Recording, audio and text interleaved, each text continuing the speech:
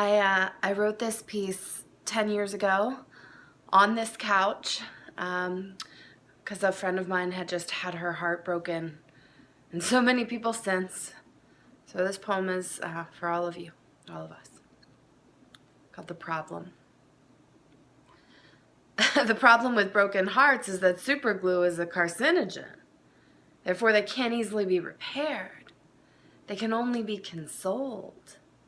Broken hearts must be closely monitored. At first, they're stunned, unaware that injury has even occurred.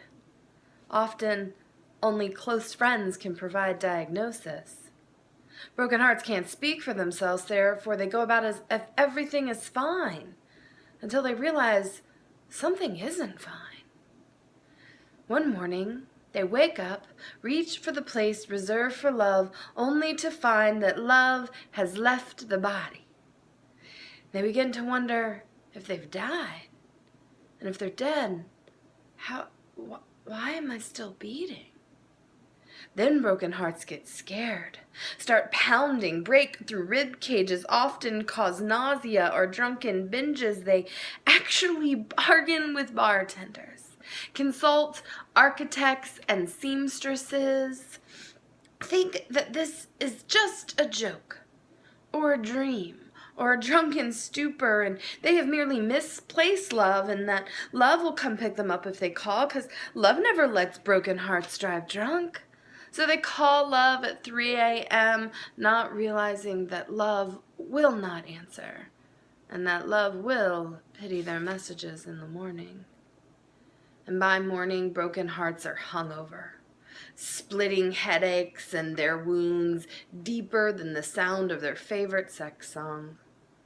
And broken hearts begin to lag, occasionally skip beats, miss work, provoke tear ducts to random downpours, contemplate suicide and homicide and lobotomies. And you can't talk to broken hearts about how hearts don't have brains, so lobotomies are out of the question, because broken hearts are just trying to heal. And healing comes in many forms.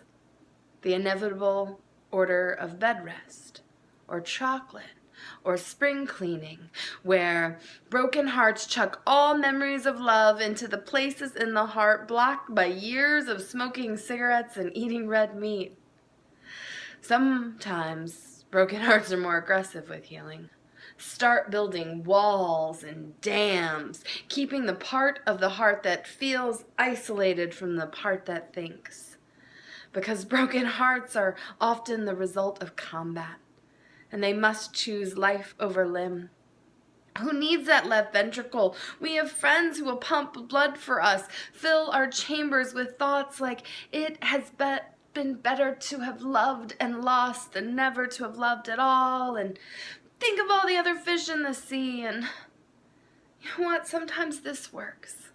Sometimes broken hearts take vacation, sit on boats, drop lines into water, and catch some new form of happiness. Other times, broken hearts must consult lawyers, close joint bank accounts, take the kids, and go move home with their mothers. Sometimes, broken hearts go dancing.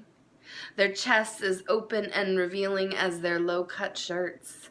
You can spot them on the dance floor all by themselves, moving in a way that you can actually see them replace their heartbeats with the beat of the music, or the heartbeat of strangers dancing dangerously close, because broken hearts can easily become kleptomaniacs, stealing any hearts or pieces of hearts they can, because something has to fill the hole they have in their own. And if Frankenstein can be reborn using dead parts, why can't I use the parts of others to preserve myself? Because baby, this is war, and this is love, and all is fair here, and all is allowed here except for quick fixes. Because no one wants to admit that broken hearts are lifelong injuries.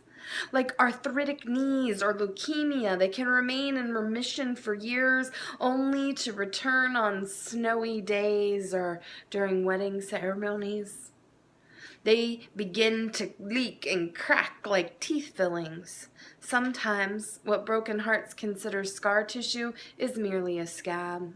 And scabs fall off in water and are hard not to pick at. And so when broken hearts have completed what they think is healing, they jump headfirst into water or accidentally start to recall love because they're so damn tired of being numb to life. Or broken hearts rip open old wounds to compare this love to that love, or this new love sprain beginning to the break of the one that came first. This is because broken hearts are always uncertain, split down the middle, trying to connect to all the places they cut off.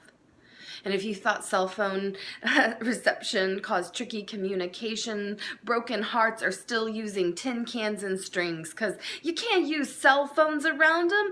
Those things could seriously mess with people's hearts.